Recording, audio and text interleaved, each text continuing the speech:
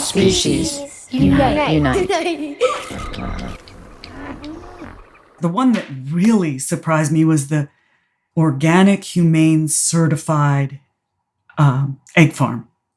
I thought humane certified would at least mean that I would see some chickens running around somewhere, but it looked exactly the same as any other egg facility. They were just big warehouses. You don't see a chicken anywhere in sight. And then I learned, of course, that this whole free-range, pasture-raised terminology doesn't really mean anything.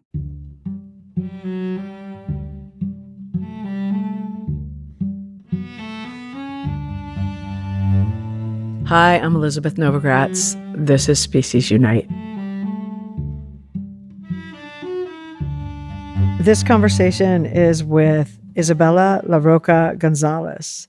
Isabella is an artist, author, and activist. Her work is part of a long tradition in art and photography to bring to light and find beauty in the hidden, unconscious, or disregarded. Her most recent book is called Censored Landscapes. It's a long-term photographic project that unveils the hidden reality of animal agriculture.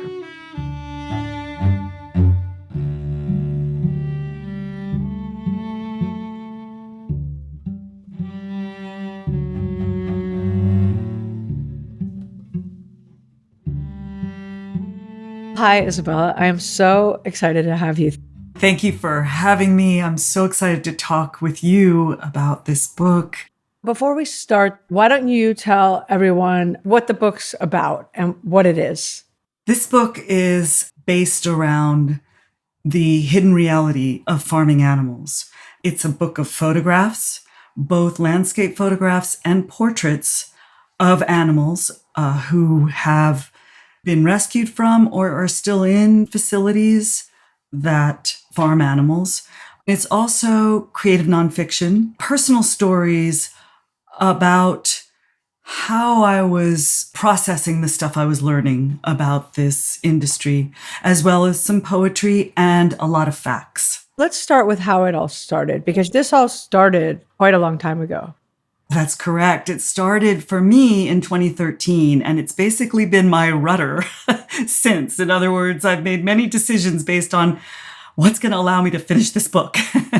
And so it started in 2013, which was a year after 50,000 hens were abandoned in a battery cage egg facility. The owners, I guess, ran out of money and left the farm, leaving the hens in their cages without food or water.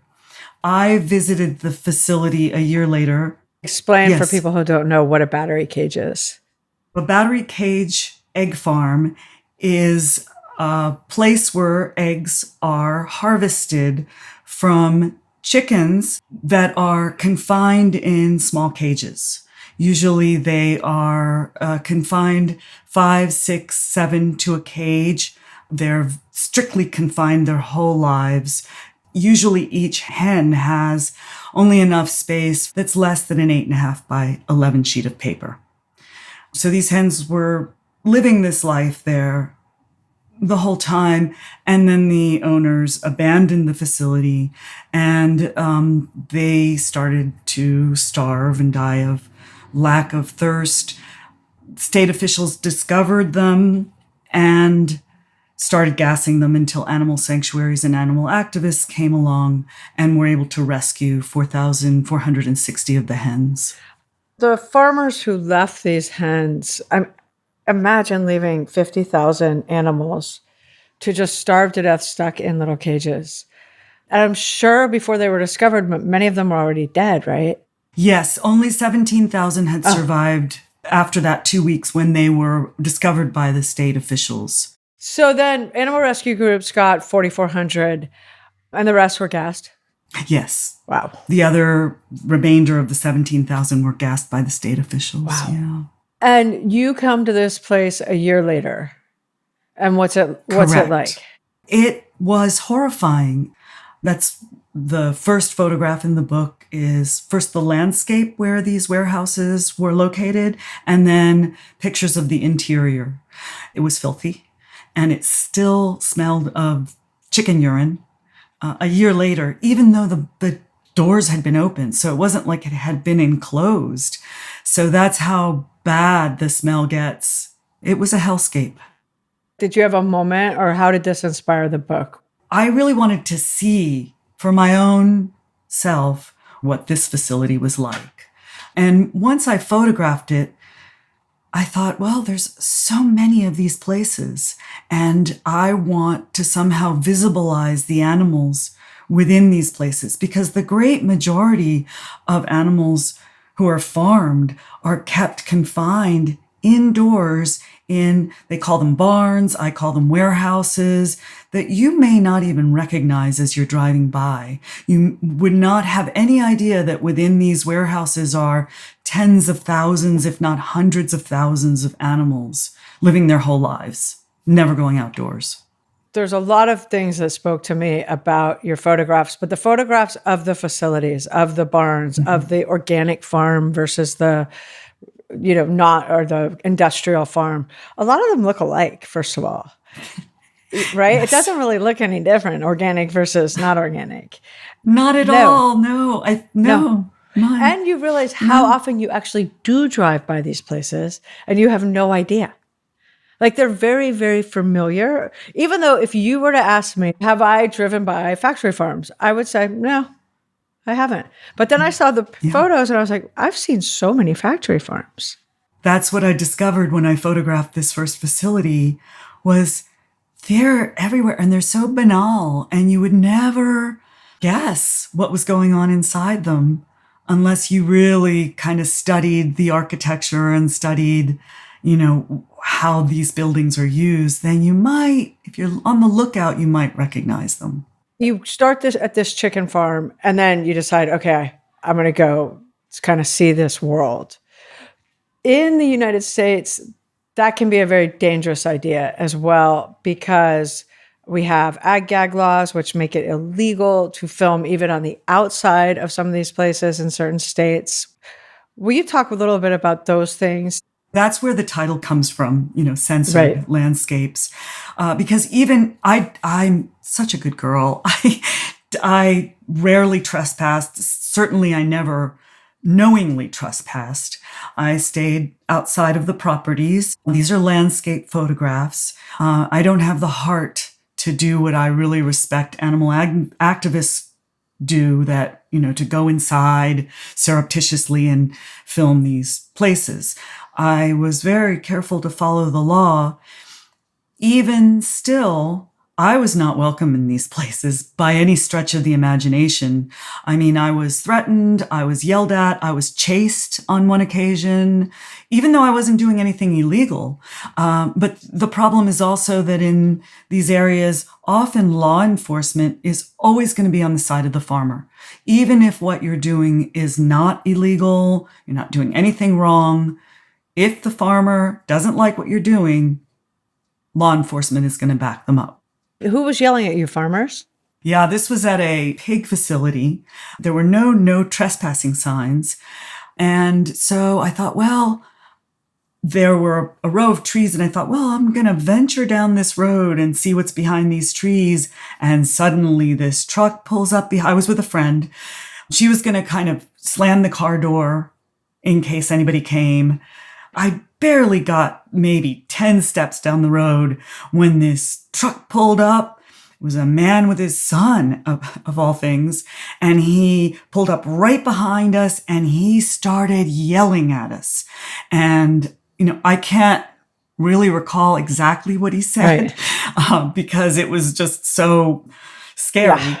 And, threatening to call the police. And we said, fine, we're not doing anything illegal. In fact, you're verbally assaulting us. And then he tried to block us in with his truck. Somehow I maneuvered my way out of there and got away. And then he followed us. Yeah, he was not happy, and he was really bellicose. It's really crazy because it's our food system. The fact that taking a photograph in our food system is something that could send you to jail. Tells you a lot about our food system. And I'm sure even being on the outside of these facilities and then seeing some of these animals, I know you were already pretty conscious about food and not eating animal products when you started, but it must have changed you being so up close and personal to it. It was difficult. There were a few years there, even when I'd finished all the photography, where I could not stomach anything to do with any kind of visual information about how animals are farmed. I couldn't stomach it at all. It affected my sleep. It took a few years until, even now, I mean, I won't watch any videos of any kind of animal cruelty ever. One thing you do really well in the book, even though they're images of buildings, the captions are very, very simple, but they make the images way more haunting in a really powerful way. There'll be a big industrial warehouse and then it'll say broiler chicken, wherever. There's this little really simple caption. And all of a sudden, somehow your mind knows like how much bad stuff happened there. And like for me, who knows a lot about all of this stuff and has read and watched and listened to a lot about what we do to animals, it's still, even the way you laid it out with like the facts. Even, for example, on dairy farms and feedlots where the animals are outdoors and you can actually see them, you have no idea of the magnitude of what's going on there. So what I did was I researched the number of animals permitted on each of those facilities. It was just some small way of representing those animals. It's mind-boggling how many are crammed into these spaces. That's why it was really important to me to make those numbers real for people. And in a way, they're numbing because, numbers, after a certain amount, it's just impossible to comprehend. 2 makes sense, 20 makes sense, but you get into the thousands and it just all blurs into one huge mass. At some point in the book, you say we slaughter 9 billion broiler chickens per year. It's astronomical, but it's so overwhelming your brain can't process what that means. You can't picture it in your mind, so it just becomes this abstract mathematical thing. They're called concentrated animal feeding operations, CAFOs. They're not that big. Yeah. Right? That's what really stuck out to me too. How concentrated they really are. They're not even as big as a storage facility, in your town or city or whatever. No. I know. You picture them as these like massive. I always have, right? But now that I realize they're surprisingly small, meaning there's an enormous amount of animals on top of each other. Even in cage-free facilities, for example, for eggs, people think, at least they're not in cages, but there's so many crammed into those barns or warehouses that they don't have actual individual space. They're kind of, the weaker ones are getting walked on or trampled on by the stronger ones. And it's not much better for these creatures. Right. Talk a little bit about the feedlots. First, say what a feedlot is, just in case people don't know. The great majority of beef cows spend about the first year of their lives on forage or grass. And then for the last part of their lives, they're sent to what are called feedlots. And they're confined. They're outdoors, but they're confined. In other words, there's not a lot of space. They're standing in their own feces and they're fed grain because grain will fatten them up much more quickly for slaughter, making it more profitable so that they don't have to, they don't have to live such long lives. Dairy cows pretty much are they spend their whole lives on the dairy farm. In other words, in a small grassless place. And so those feedlots are the places that kind of fatten up these animals for whatever they're providing. With thousands of animals on thousands crammed in together. And you got it. You did it again with the captions on those because you would put the temperature and it'd be like 116 degrees and there would be hundreds of cows standing in the blazing sun with nowhere to go. And that was their life day after day after day. Yes, on one of those, there were 38,500 cows on a day that reached 116 degrees Fahrenheit. That they're only given water from a dirty concrete tub to drink. There's no shade. There's nowhere to escape. That's their whole day. It doesn't even cool down enough at night to provide enough respite until it all begins again the next day. It's just awful. It's really awful. You also got some animals that I don't know why, but I just I guess because I haven't talked to people about them, that I didn't really think about them being factory farm, but clearly they are, like rabbits. Will you talk about the rabbit places? There is one photograph of a rabbit farm. There were, I think, if I remember correctly, 6,000, and they were only like these 5 tiny little sheds. Rabbits, even ones bred for meat, are not that big. So you can cram a lot of them into they're like chickens, you can cram a lot of them into a small space. That's their lives inside these dark sheds, or whatever you want to call them. And, this is kind of considered a delicacy, I guess, rabbit meat, in this country anyway. I'm sure all of it clearly saddened you and, made you pretty depressed. I would have been really depressed, I would think. But did anything really surprise you? The one that really surprised me was the Organic Humane Certified egg farm. I thought Humane Certified would at least mean that I would see some chickens running around somewhere, but it looked exactly the same as any other egg facility. They were just big warehouses. You don't see a chicken anywhere in sight.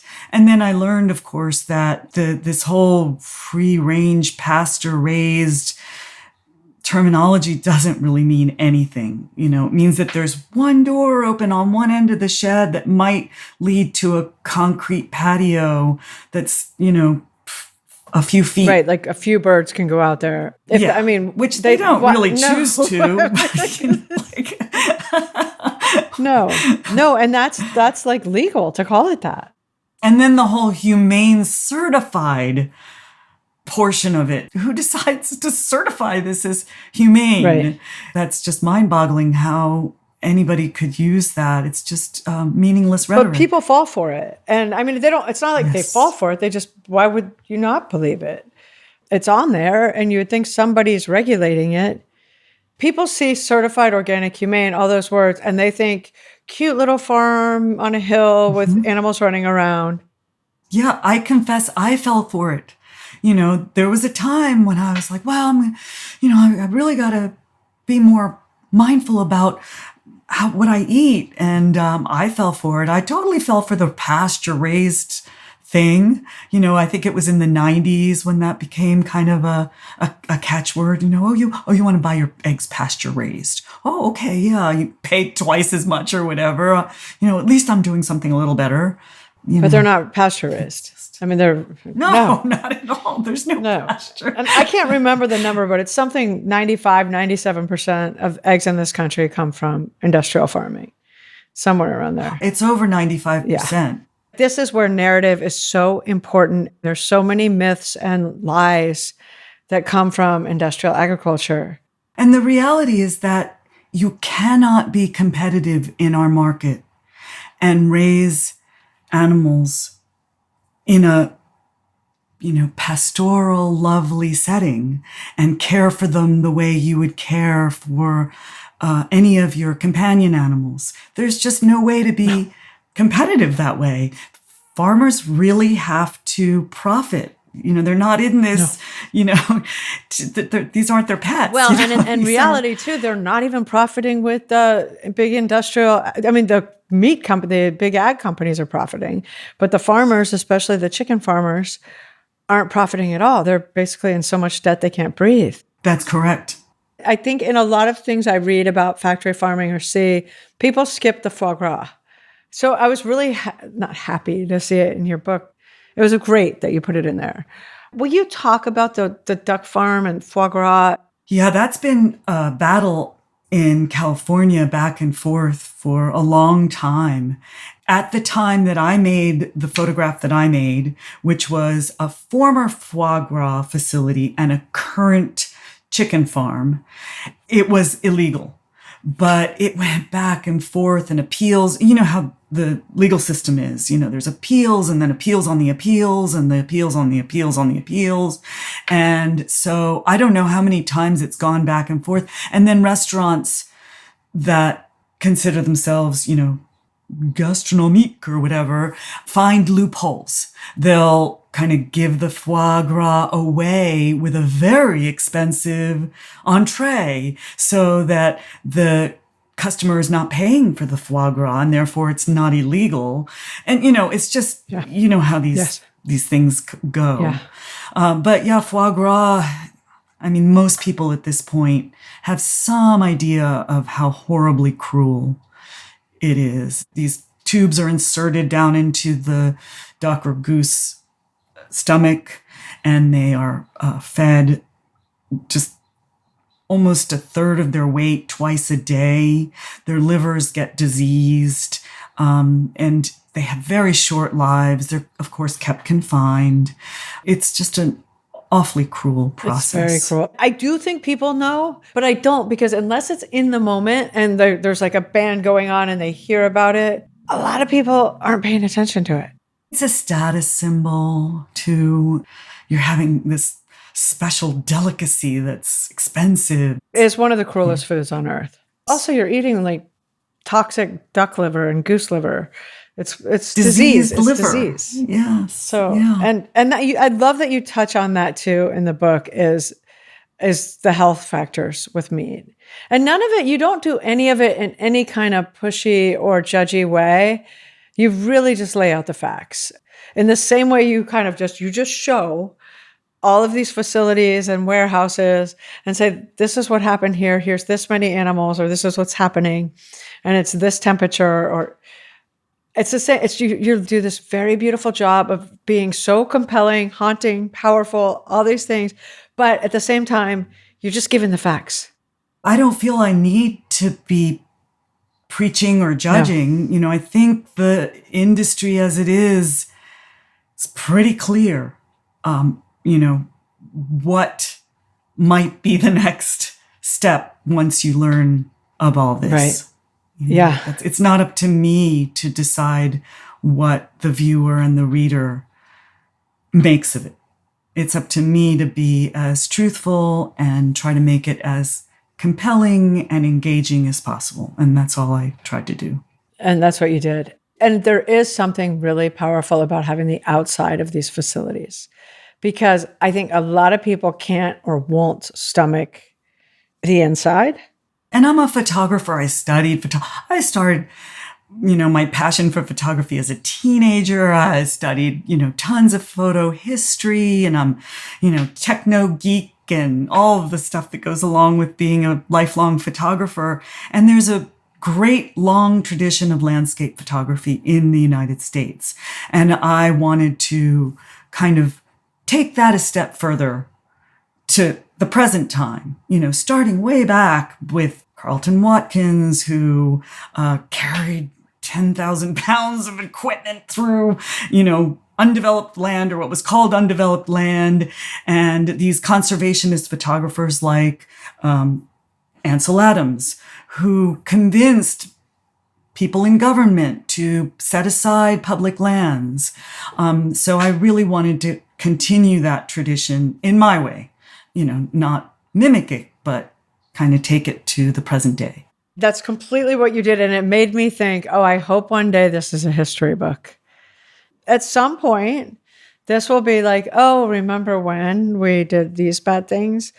Can you believe we kept, you know, 60,000 pigs in this place and 50,000 chickens here in a shed? I have convinced myself that there will come a time when humans of the future will look back at humans of the, you know, late 20th and I don't know how long in the 21st century and say, what were they thinking? How could they possibly believe that this is a sustainable good thing to do. No, exactly. Thank goodness we wised up. Then if someone like not only look through the photos, but then they read the text, and because the facts are like I know all these facts, but still reading them the way they're laid out, if you didn't know this stuff, it is mind blowing. Yeah, it is. And not just the facts on what happens to the animals, but the workers, the whole conglomerates and the environment, the economic ramifications. This industry is propped up by our money, government subsidies in huge amounts, and the government pays a lot of money in not only subsidies, but pays for overages, pays for research, pays to kill wildlife to protect the cows that are grazing on public lands. So it's artificially cheap. Yeah. These products are artificially cheap. Yeah. And it's probably the most protected and industry that is the least accountable and requires the least amount of transparency that we have in this country. I agree. So they don't have to tell anybody what's happening behind those doors. That's correct. For example, the waste. These animals produce many times more waste than humans do. Human waste is regulated. None of this waste that these animals produce is regulated. And it poisons the soil, it poisons the water, it poisons us, it poisons the wildlife, and yet it's not regulated. Yeah. But very little is in these places. And even if there are laws, very often they're minimally enforced, if at all. It's a tough battle. I love the way you're fighting it with this book. And I love the fact that you end with Sanctuary. Talk about that a little bit and how that was for you. Did you do the Sanctuary stuff last? No, Okay. No. That's what kind of kept me sane, is that I was at the same, concurrently going to animal sanctuaries and getting more and more involved with my local animal sanctuaries. They were so kind, and they allowed me to photograph the animals in their care and spend real time, because, I didn't want to just go there and start clicking away. Who is this person putting this big eye in my face? I wanted to spend time with them before I invaded their privacy. Animal sanctuaries more and more have sprung up, especially since the system has gotten more and more industrialized, and they're not zoos. The purpose of these places are so that this minuscule amount of animals that can be rescued from this industry can live a peaceful, safe life. I have huge admiration for the volunteers, for the people who run these sanctuaries. It is a low-paying, thankless job that they do just beautifully and with so much love. And that is so necessary, because for me, not only was I able to kind of soothe my anxiety and my trauma from even just seeing these facilities, but I also was able to photograph these animals in a serene setting so that they could be ambassadors for their species, so that they could represent, one individual could represent the billions really of animals in the industry who are never recognized as individuals, who are never allowed to have a life that they could pursue with joy or with love of their families, or any of the things or grass or sun or rain. Rain. Yeah. Yes. All the things that we take for granted. I take for granted many times. Fresh air. And sanctuaries are just lovely places. You can go and sort of witness what these animals are really like, and how they really are individuals with their own personalities and quirks, and can be very affectionate or not, and really recognize that they're sentient beings, just like all all animals. Well, Isabella, Yes. thank you so much for doing this book. It will stay with me for a long time. Well, thank you very much for bringing it to the attention of your listeners.